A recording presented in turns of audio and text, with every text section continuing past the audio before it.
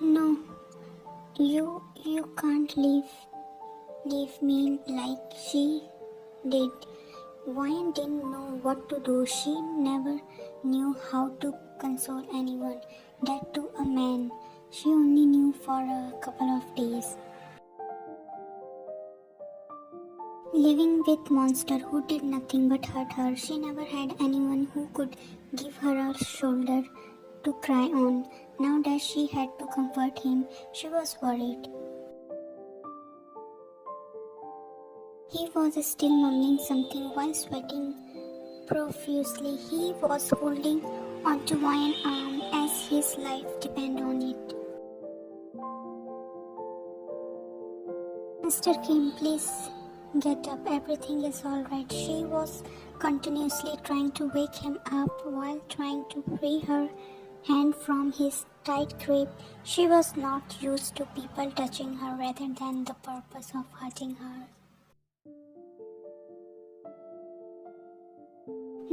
No, don't go anywhere. He was still not ready to let go of Ryan's hand. How can you let go of someone who is finally bringing your sanity back? Okay, I am not going anywhere. Please get up. She gently shook his shoulder.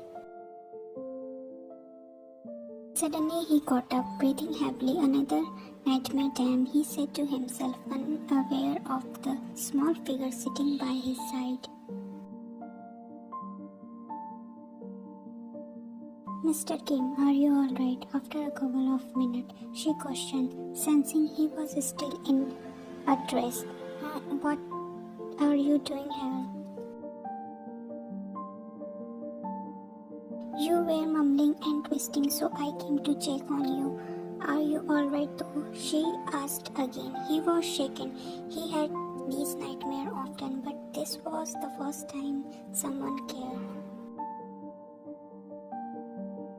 Someone asked him if he was already, if he didn't fall for the angel before. Now he did. Coming back to his sense, he replied to her awaited self, Yes, I am alright. One surprisingly relaxed. She was confused. Why is he well-being so important to me? She questioned herself, not finding an answer to her question. She decided to go back to bed. He was not comfortable on couch, but how badly he wanted to join her in bed. But he decided to give her a little privacy and time to adjust to this new life.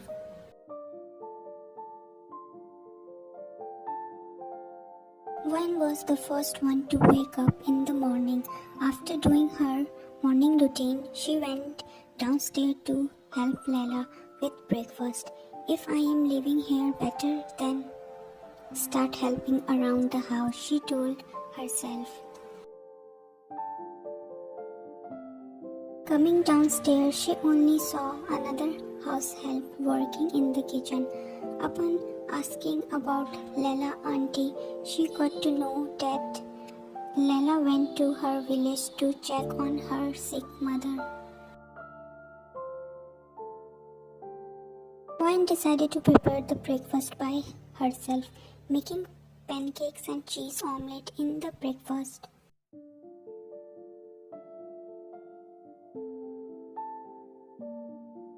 Taehyung woke up with a sore back and pain in his neck. I have to buy a comfortable couch now, he thought, after taking a shower and getting ready for the day.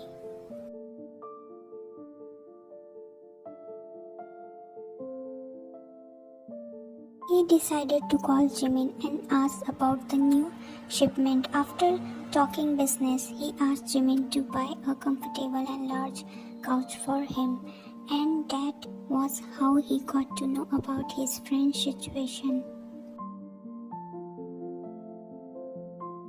Jimin was the closest thing to a friend Taehyung had, though he didn't talk much, but he could share everything to Jimin. Wouldn't it be comfortable to share a bed with your sweet wife? He said in a teasing tone.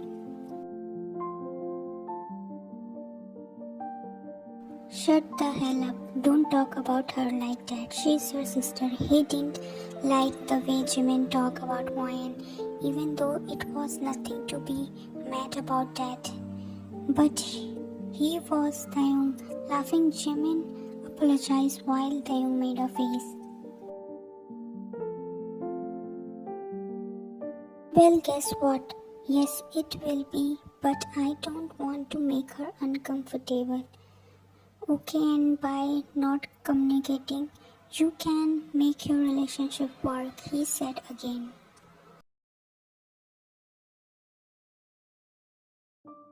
I am even ready to be in a relationship. I don't deserve a pure soul like her. I am the devil here.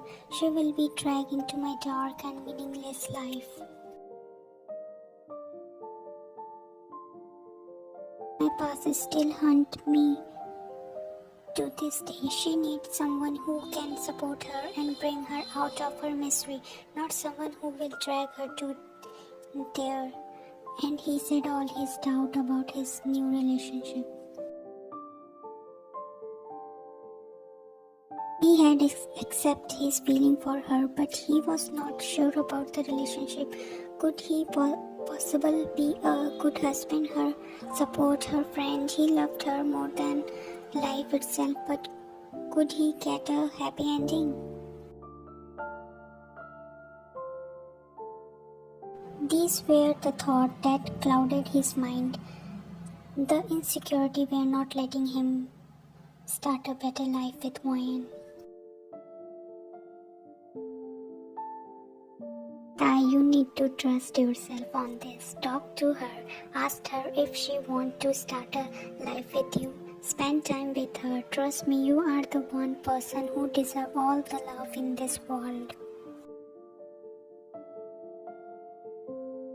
Jimin was one of the very few people to know about his past, and according to him, everything didn't deserve this life, which he didn't. No one deserves a past like this. After talking for a while and finally he thought about making their relationship work. He couldn't let her go, so making sure they overcome all the struggle was the only solution. Someone had to take one step forward, and that would be him this time.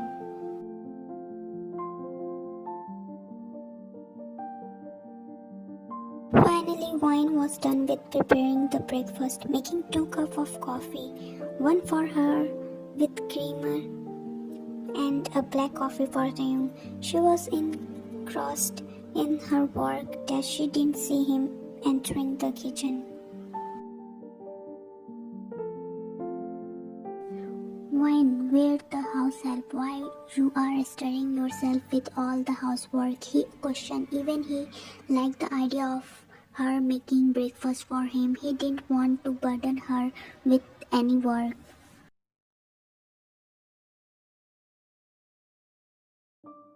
Wine, who was unaware of his presence, turned suddenly. I don't mind. Lela auntie is not at home, so I thought I will make the breakfast. I like it. Her calling his place home warmed his heart. The building was never a home, but when she called his house home, he felt like he could get used to the homely feeling.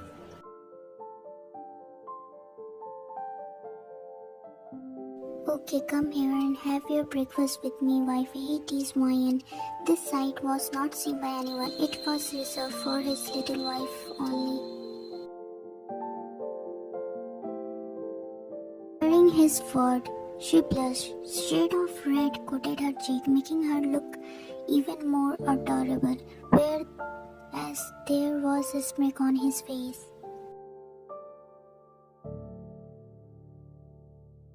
Wine, come here this instant and eat. You are losing weight every day. You don't care about yourself at all. He lightly scolded her while grabbing her waist and making her sit by his side.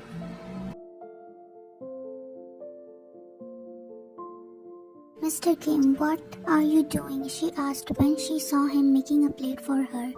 Mr. Kim, Wine Are you for real?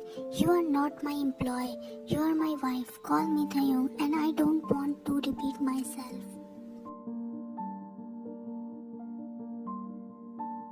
Understood. He was offended. Was his sweet little wife for real? Oh, okay, she stuttered.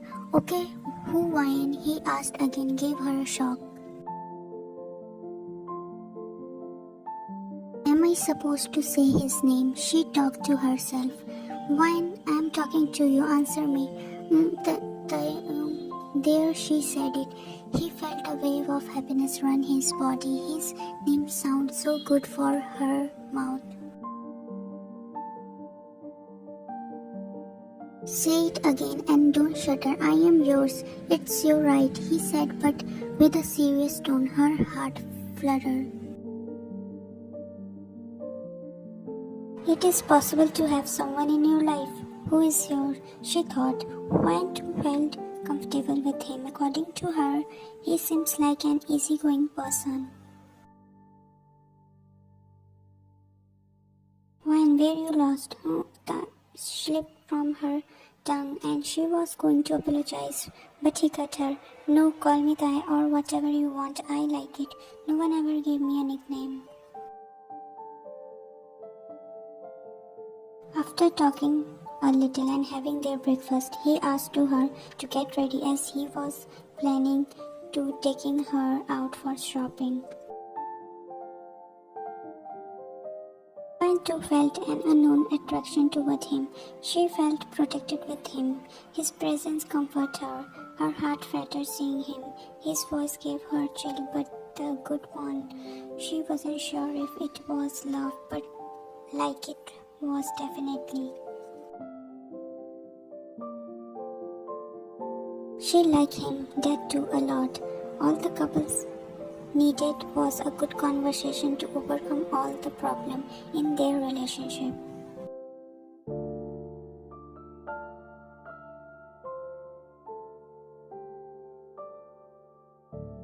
What was the need for all this? You brought the whole mall. I don't even need all these things. And everything was so expensive. Spending this much money, this was the fourth time she reminded him of not to spend this much money. He did. He could only laugh at his cute navy wife. He was making billions and here she was worrying about little spendings. When you are Kim's wife, you do need all this. And all those spending were nothing. Don't stress your little brain, he reminded her again.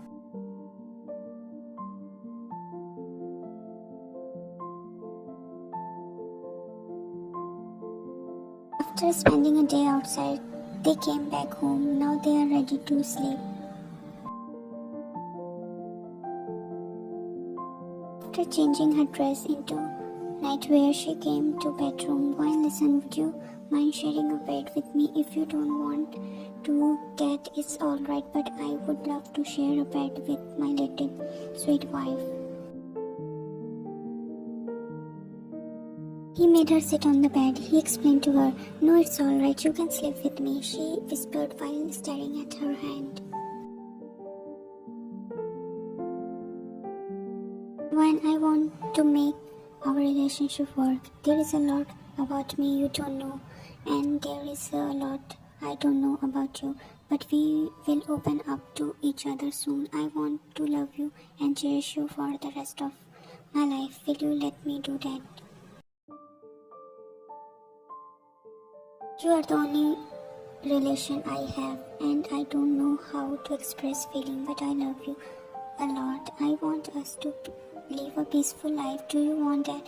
He softly asked her, holding both her hands in his, looking straight into her eyes. He couldn't help but tear up. She was grateful that he was sent for her. She had lost hope of finding someone who would love her.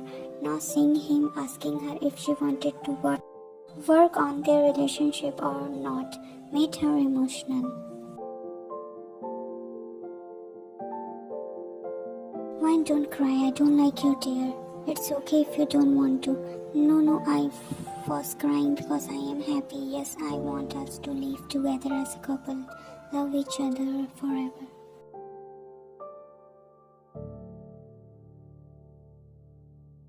I don't know if I love you, but I like you, she said hurriedly. She didn't want him to assume that she wasn't happy with the arrangement. He was glad that she was willing to work on their scared bond. He softly held her by her arms. He kissed her forehead softly. Being close to him was affecting her, but in a positive way.